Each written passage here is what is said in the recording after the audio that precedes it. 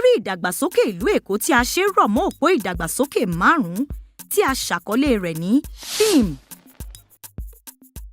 Ìkejì nínú òpó ìdàgbàsókè 5 wa theme dúró fún entertainment and tourism tí ó túmọ̀ sí ètò ìdánilárayá ohun ìgbafẹ́. Láìsí àríyànjiyàn, ìlú Èkó jẹ́ ọ̀kan gbòógì nínú ká ṣàríyá, bẹ́ẹ̀ Èkó ò ṣeé fọwọ́rọ́ sẹ́yìn nínú àṣà àti ìṣe.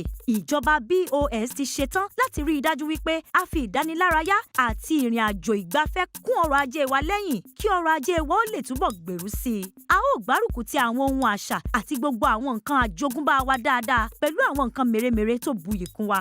Gbogbo àwọn ayẹyẹ àṣà wa pátá bí ayẹyẹ Ẹ̀yọ̀ ni a máa ṣètò fífi wọ́n sí ètò ìgbàdégbà, a ó sì máa mú wọn lókùnkúndùn.